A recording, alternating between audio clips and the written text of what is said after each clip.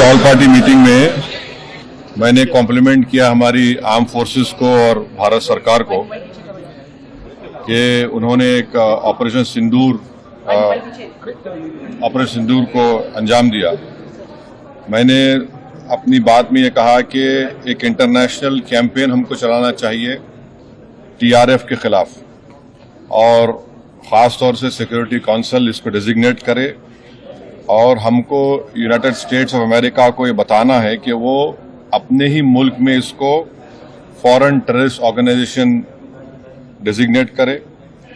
और क्योंकि आप देखेंगे फरवरी 2025 में हाफिज सईद के बेटे हाफिज अब्दुल रऊफ की एक स्पीच है पीओके में, जिसमें उसने कहा कि 2025 तमाम साल हम लोग जिहाद करेंगे।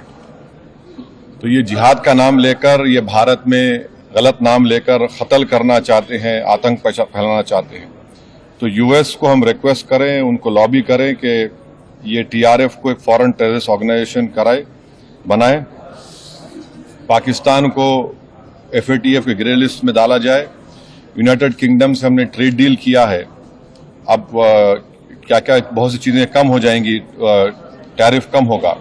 तो हम यूके गवर्नमेंट से कहें कि वो भी टीआरएफ को बैन करें और यूके ट्रेजरी पाकिस्तान को सैंक्शन करे। यूनाइटेड स्टेट्स से हम ट्रेड डील करने जा रहे हैं और यूएस प्रेसिडेंट ने कहा कि जीरो टैरिफ होगा एग्रीकल्चर पर। तो ये मोर द रीजन है कि हम यूएस भी इसको कबूल करें।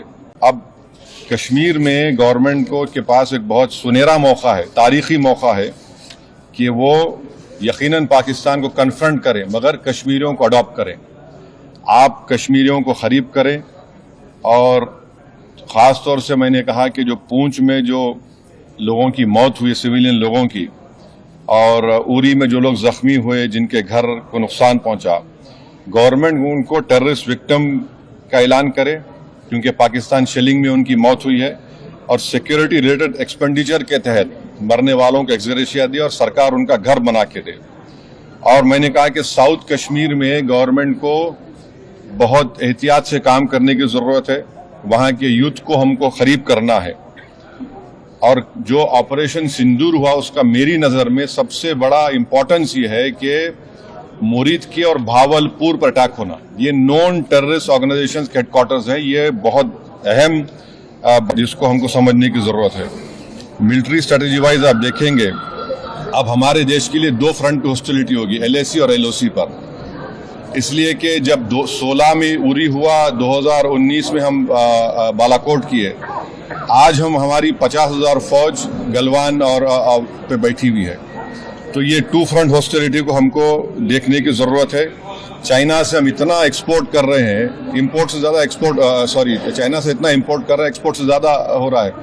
तो हम चाइना पर भी इम्प्रेस करें कि वो पाकिस्तान को, टीआरएफ को, जितने टेररिस्ट वांटेड है इंडिया, उसको हवाले करें। और गवर्नमेंट से मैंने गवर्नमेंट से कहा कि आपने अच्छा जवाब दिया ओआईसी को, और तुर्किया को हमको समझाना है कि तुर्किया पूरे विश्व में एक ऐसा कंट्री है जो अपने ही देश में जो टेररिस्ट ऑर्गेनाइजेशन है कर्ड्स, उनको बॉम्ब करता है। इराक में जब तक उनसे डील नहीं वहाँ बॉम्ब करता था, अब सीरिया में भी बॉम्ब करता है। तो तुर्किया को समझाने की ज़रूरत है कि जब आप कर्ड्स के ऊपर जो टेररिस्ट ऑर्गेनाइजेशन है उनको आप एक्शन ले सकते, तो भारत पे क्यों वो सवाल उठा रहे हैं। और हमने कहा कि ये आज पाकिस्तान इसको और एस्केलेट ना करे। इस सिलसिले में आज ईरानियन फॉरेन मिनिस्टर दिल्ली में है, सऊदी फॉरेन मिनिस्टर भी दिल्ली में है। और जो देश में मैंने कहा कि जो एक यूफोरिया है, इसको सरकार को देश को और मुत्तहिद करने के लिए और देश को ताकतवर बनाने के लिए इस्तेमाल करना पड़ेगा।